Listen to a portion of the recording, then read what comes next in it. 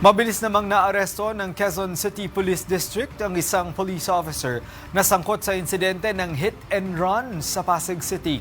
Ang sospek kasi itinulak ang rider kaya ito tumumba sa kalsada. Si Jap Regala para sa 13 sa tanghali. Jap? Yes, Greg, nasa kustodiya na ng pulisya ang isang pulis na sangkot sa viral video ng insidente ng hit and run sa C5 Road, Pasig City. Ayon sa Philippine National Police, isa itong police staff sergeant ng QCPD District Mobile Force Battalion. Sa uploaded viral video, makikitang itinulak umano ng nasabing pulis ang rider dahilan para ito ay sumemplang sa kalsada.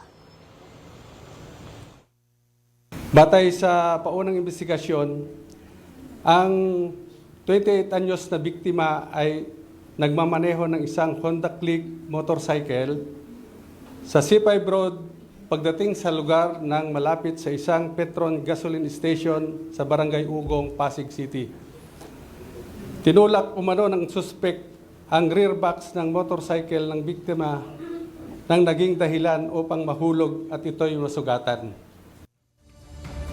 Nasira rin ang kanyang motorsiklo habang tumakas ang nasabing pulis. Ayon sa pulisya, nagkainitan ang dalawa matapos makipag-unahan sa traffic light.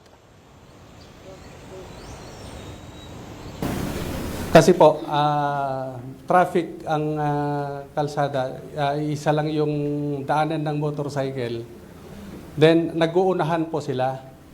Nung naunahan ng pulis natin yung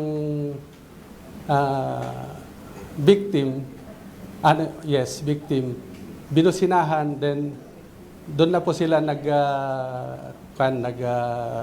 initan ng ulo siguro. Matapos ang insidente ay agad na nagsagawa ng operasyon ang QCPD para agad itong madakip. Nasa ilalim na ng QCPD custody ang naturang officer at sasailalim sa kaukulang investigasyon. Pagpapaliwanagin din ang pulis kaugnay sa naturang insidente. Maaari rin siyang maharap sa patong-patong na kaso. Sa ngayon po, kinasuhan natin ng criminal, physical injury, and malicious mischief. Saka makakaharap po siya sa administratibo ng grave misconduct po.